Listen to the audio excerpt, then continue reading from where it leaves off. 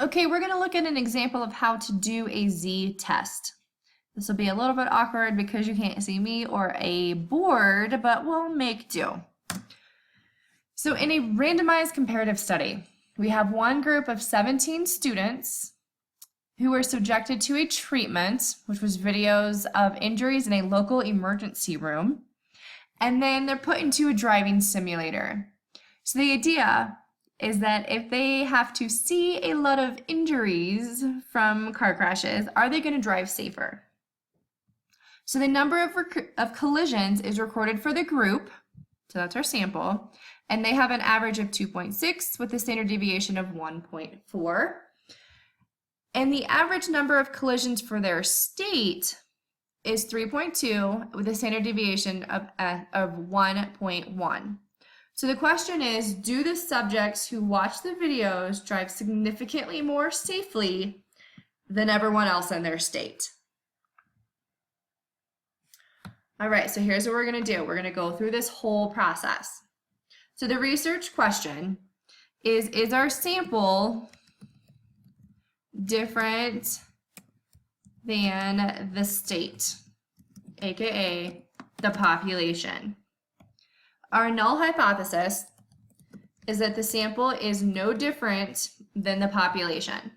There is no difference between the two means. The alternative, we could say the sample is not equal, but what we're really curious about is, did it lower their collisions? So are they significantly lower than the population? Are they significantly more safe? Meaning, are they having less collisions? So that's our alternative hypothesis. Our confidence level, we are the researcher, we get to choose. It's not super high stakes, it's not medical, so let's choose 95%, in which case our alpha is 0.05. All right, so all of that we're good with. Now we have to decide what test do we use. So we know it's one sample compared to the population, so our choices is Z and T. So what we want to do is go back to the problem and write down all the information that it gives us. All of it. And we also have a sample size, and won't let us do that. Let me type right here. Okay, we also have an N of 17 in this case. So our sample is 17. So we have X bar and we have mu, which is good, we need both. We have the standard deviation for the sample, and I calculated the sample variance. We also have sigma, the standard deviation for the population, and I calculated the variance for sigma as well. Since we have sigma, we want to use Z. So this information really isn't even needed. So take a minute and plug in 2.6 minus 3.2 divided by standard error, which is 1.1 divided by the square root of 17. So take a minute and calculate Z. All right, so when we plug in our numbers, we get a Z of about 2.2, depending on how you round it. And by the way, we wanted to use the z-test because we have sigma. So we get a Z of 2.2. We need to change that to a p-value. So we're going to go back online to our easy calculation, and I just Googled z-score to p-value, and it will bring you to this. 2.2 to calculate. In this case, we are right-tailed because we want to be higher. And our p-value is 0.01.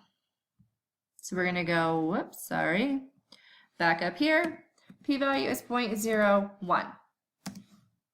So we are 95% confident, meaning alpha is our cutoff value. So if our p-value is lower than alpha, then we are going to reject the null. If our p-value is higher than alpha, then we are going to fail to reject. In this case, our p-value is lower than alpha. So our decision is to reject the null. We have a significant p-value, meaning there is a difference between the sample and population. Specifically, the sample is lower than the population. This is cool because that means, going back to the question and what we're trying to do, that showing a bunch of teenagers videos of emergency room injuries due to accidents made them drive safer. That's pretty exciting. The type of error that I might have made comes back to the decision here. So since we rejected the null hypothesis, it is possible, we don't know, but it is possible that I made a type 1 error. I won't know that, but that's just an FYI. And the chance of me making a type 1 error goes back up to here. So I have about a 0.01 chance that I made a type 1 error. Not too bad. So that's how we do a z-test.